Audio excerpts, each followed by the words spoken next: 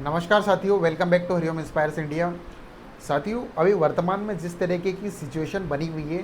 Straight of Hormuz को लेकर के जो कंडीशंस बनी हुई है, ईरान, इसराइल और यूएस के जो बीच में वॉर चल रही है, इसका प्रभाव जो है, इसका इम्पेक्ट सीधा तौर पर जो है इंडिया के ऊपर अब देखने को मिल रहा है। एक्चुअली में हो क्या रहा है कि जब डीजल, पेट्रोलियम, गैस जैसी चीज़ें जो हैं वो ग्लोबली प्रभावित होती है, तो उसका सीधा असर जो है ट्रांसपोर्टिंग पर पड़ता है। कहीं ना कहीं इनके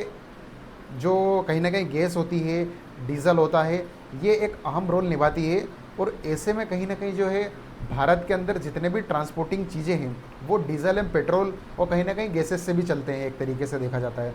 और ये चीज़ें जब प्रभावित होती है तो ट्रांसपोर्ट प्रभावित होता है, और ट्रांसपोर्ट प्रभावित होता है तो कहीं ना कहीं जो है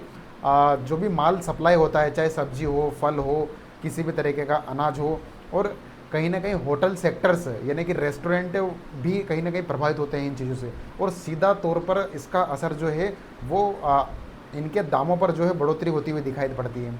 अब मुश्किलें यहाँ पर जो है आम नागरिकों के ऊपर जो है इसका प्रभाव, महंगाई का प्रभाव अभी धीरे धीरे देखने को मिला है। और कहीं ना कहीं गैसेस एक तरीके से जो घरेलू चीज़ों में प्रॉब्लम्स आने लगी है, तो कहीं ना कहीं लोग जो है घर के अंदर जो घरेलू डोमेस्टिक यूज़ के लिए और एक कमर्शियल यूज़ के लिए जो गैस सिलेंडर यूज़ होते थे, डोमेस्टिक यूज़ के लिए कहीं ना कहीं गैस सिलेंडर होते थे यूज़, उनको कहीं ना कहीं एक तरीके से लोग जो है इंडक्शन बहुत खरीद रहे हैं, इंडक्शन का यूज़ कर रहे हैं। ऐसे में कहीं ना कहीं जो है घरेलू चीज़ें भी प्रभावित हो रही है।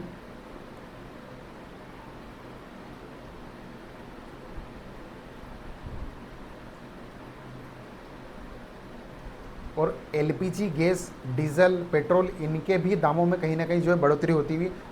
दिखाई दे रही है, और कहीं ना कहीं एक सप्लाई चेन जो है वो प्रभावित होती हुई दिखाई दे रही है। साथियों, जब इस प्रकार की युद्ध की सिचुएशन बनती है तो इसमें हर एक चीज़ें धीरे धीरे महंगी होने लगती है, शेयर मार्केट धड़ाम से नीचे गिरता है, और इसका प्रभाव जो है वो आम आदमी पर पड़ने लगता है।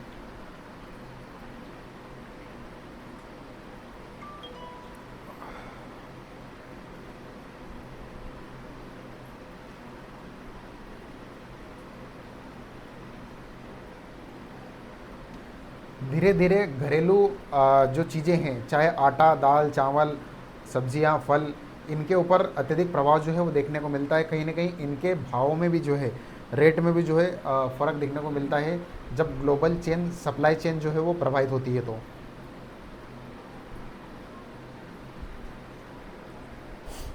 साथियों, ये जो सिचुएशन चल रही है, इस सिचुएशन के चलते कहीं ना कहीं इसका जो प्रभाव है वो सीधा सीधा एक तरीके से जो है डोनाल्ड ट्रंप और अमेरिका, इस युद्ध का मेन कारण अगर देखा जा सकता है। और डोनाल्ड ट्रंप को ही अपने ही देश के अंदर यानी कि अमेरिका के अंदर जितने भी राज्य हैं वहाँ पर जो है डोनाल्ड ट्रंप के खिलाफ प्रदर्शन शुरू हो चुके हैं अमेरिका के अंदर। चूँकि जिस तरीके की पॉलिसी अमेरिका की रही है, जिस तरीके की पॉलिसी डोनाल्ड ट्रंप के कार्यकाल में रही है अभी वर्तमान में, इसके चलते कहीं ना कहीं अमेरिका को क्रिटिसिज्म को है झेलना पड़ रहा है एक तरीके से। और सारी कंट्रीज़ जो है वो एक तरीके से अमेरिका का विरोध भी कर रही है। इसी के चलते एक अमेरिका की जो रेपुटेशन पहले थी वो अब कहीं ना कहीं ट्रंप के कार्यकाल के दौरान जो है वो प्रभावित हुई है। और उसी के चलते कहीं ना कहीं ट्रंप के खिलाफ, जिस ट्रंप को अमेरिका के नागरिक वापस से लेकर के आए थे, उसी ट्रंप ने अमेरिका को एक बड़े गर्त में डाल दिया है और वहाँ की इकोनॉमी को भी काफ़ी प्रभावित किया है। और लगभग 30 या 40 बिलियन के समथिंग जो है नुकसान इस युद्ध में अमेरिका को झेलना पड़ा है। चूँकि ट्रंप की पॉलिसी लगातार जो है अमेरिका को बैकफुट पर ला रही है और सारी कंट्रीज जो है उसका विरोध कर रही है। तो ऐसे में देखना ये होगा आने वाले समय में